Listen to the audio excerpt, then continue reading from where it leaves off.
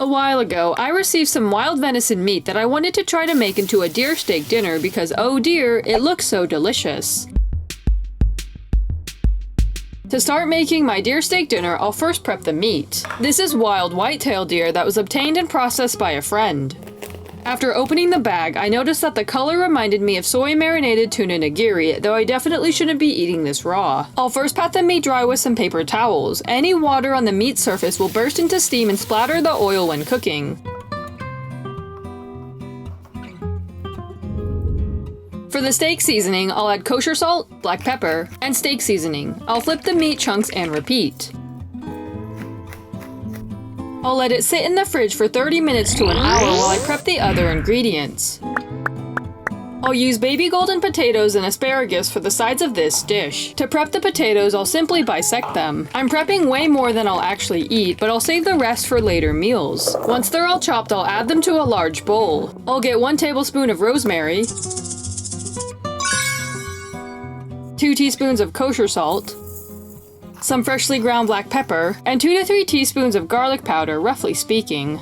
I'll drizzle in about 1 to 2 tablespoons of olive oil, then toss. Then, I'll lay them in a cast iron and roast for 20 minutes at 400 degrees Fahrenheit. While that cooks, I'll prep the asparagus. I'll chop off the ends before placing them in the same bowl. I'm not going to add more seasoning since there's good flavor in the leftover potato juice. I'll just ensure everything gets coated evenly. After 20 minutes, I'll add the asparagus to the potatoes. Now that they're sharing a deathbed, I'll bake them together for 15 to 20 minutes at 400 degrees Fahrenheit. In the meantime, I'll heat up another cast iron pan. I'll coat the bottom in a layer of neutral oil. I'm not using olive oil because I want a higher smoke point. Once the oil is barely smoking, I'll add the steaks one at a time.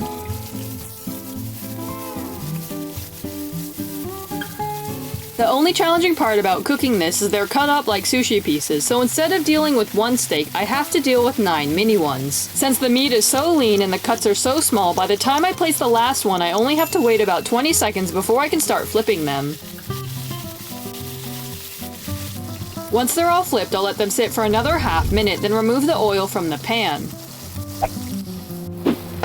Then, I'll add 2 to 3 tablespoons of butter, a couple sprigs of rosemary, and some smashed garlic cloves. I'll tilt the pan and begin to butter baste the steaks as they finish cooking. I'll do this for a minute or so, spooning the flavored butter onto the steaks. Then, I'll set them aside on a plate to rest.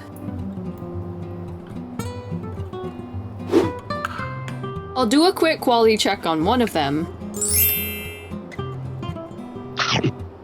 I think this other one needs to be tested too.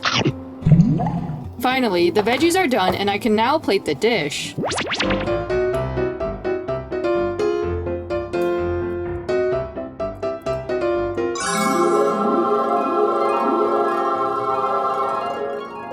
Overall, I really like this meal. It's easy, quick, and extremely hearty. This is my last deer steak for now, but I'm hoping to get some more soon because it sure is fun to cook and eat. Thank you!